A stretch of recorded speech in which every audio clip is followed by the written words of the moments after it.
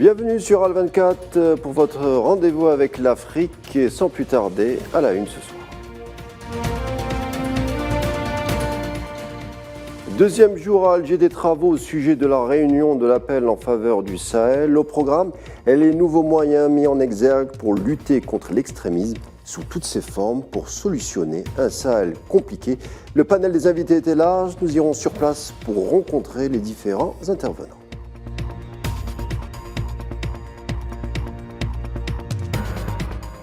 Et puis, festivité, celle du 47e anniversaire de la proclamation de la République arabe sahraoui, occasion pour revenir sur ces années de lutte et autres souvenirs poignants avec de nombreux militants, le tout au cours de votre édition.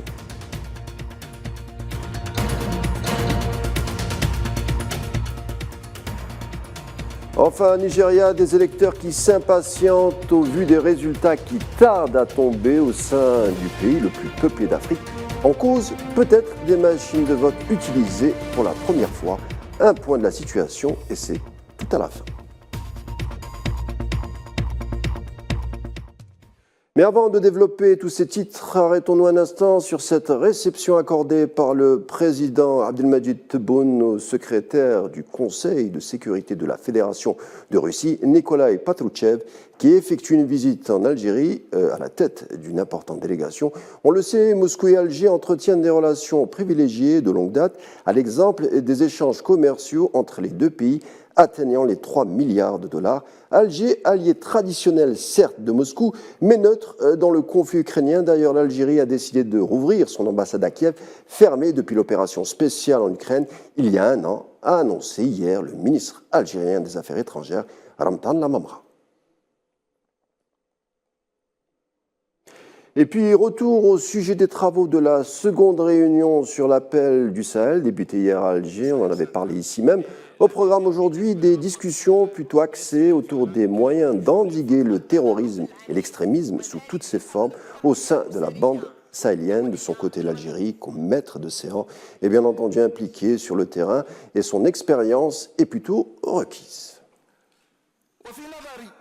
C'est une occasion qu'il faut saisir pour écrire peut-être une nouvelle page de l'histoire du Sahel après 10 ans de terrorisme.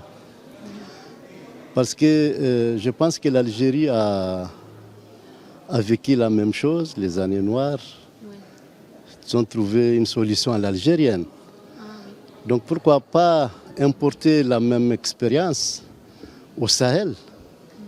Moi je pense que c'est une opportunité qu'il faut saisir pour les Sahéliens. Terrorisme pour en venir à bout du fléau. La solidarité africaine est mise en avant, illustrée d'ailleurs par le soutien de l'Algérie vers la région du Nord malien pour le développement de nombreuses infrastructures. Notre pays, on le rappelle, a prévu de mettre sur la table une aide d'1 million de dollars. Nous sommes maintenant en situation de crise. Et ces dons qui viennent vont nous permettre d'amorcer le retour à la paix et très rapidement. Donc, l'ouverture des écoles, la construction d'hôpitaux, tout cela contribue au développement de notre environnement immédiat.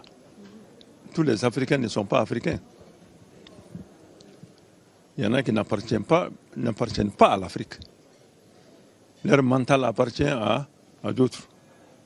C'est ça qui fait que ce combat que le président algérien veut entamer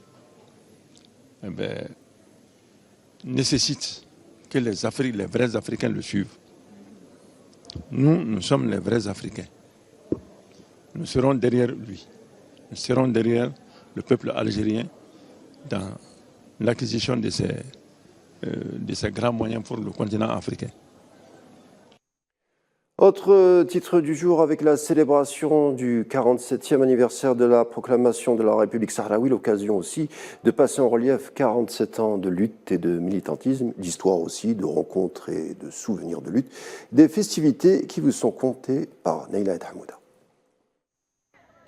Le Sahara occidental fête ses 47 ans de lutte armée, 92 ans de domination espagnole et 48 ans d'expansionnisme marocain.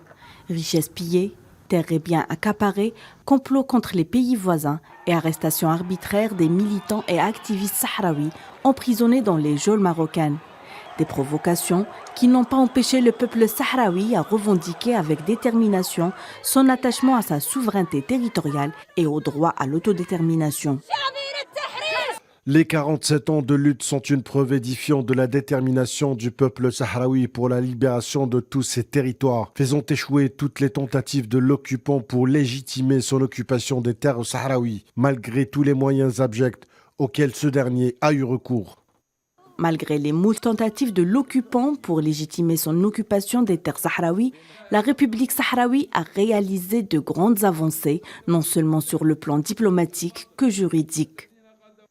La République sahraoui a obtenu des acquis importants qui ont brouillé les cartes de l'occupant, notamment l'obtention de la qualité de membre de l'Union africaine. Plus de 80 États reconnaissent la RAST et entretiennent des relations diplomatiques avec elle, outre son engagement dans la lutte contre le crime organisé et le terrorisme, dont l'occupation marocaine constitue l'une de ses sources les plus importantes, comme en témoignent les rapports des organisations internationales compétentes.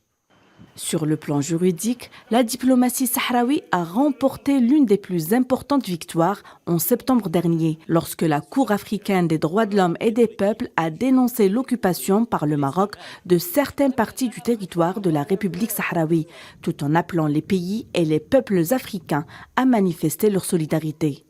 La cause sahraoui gagne du terrain sur la scène internationale. Elle connaît un soutien sans précédent qui ne cesse de s'accroître à travers le monde, car il est impossible d'ignorer la volonté du peuple sahraoui pour sa liberté et son indépendance.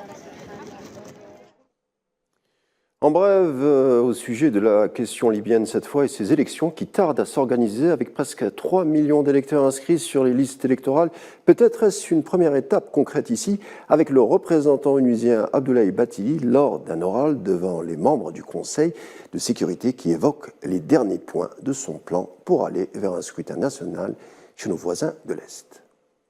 12th anniversary, it is our mandate to support Libyans. C'est de notre mission d'accompagner la Libye vers ses aspirations pour qu'elle puisse réaliser son but, celui d'une stabilité pour le bien de toute la population et tous les Libyens, par le biais d'élections inclusives et transparentes. Les élections qui seront organisées en 2023 seront l'étape clé. Je demande au Conseil de sécurité d'exprimer son soutien et son appui pour la démarche à suivre que j'ai suggéré pour répondre aux aspirations du peuple libyen.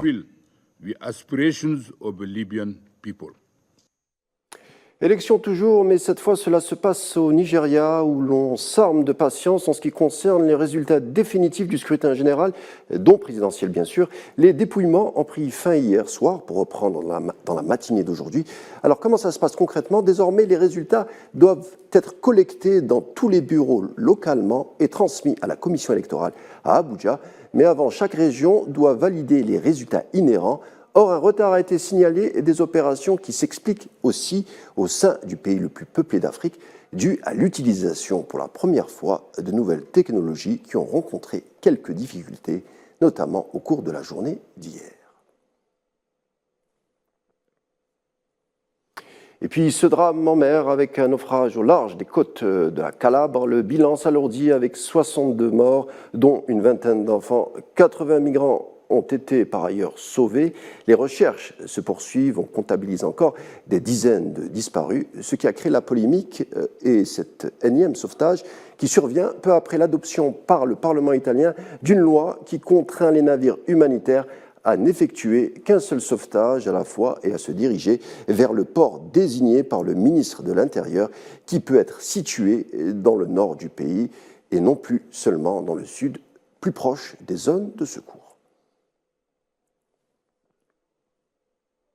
Voilà, ça sera tout pour votre tour d'horizon de l'information africaine. Merci de l'avoir suivi. Tout de suite, la météo, en vous souhaitant une agréable soirée. Vous dis à demain.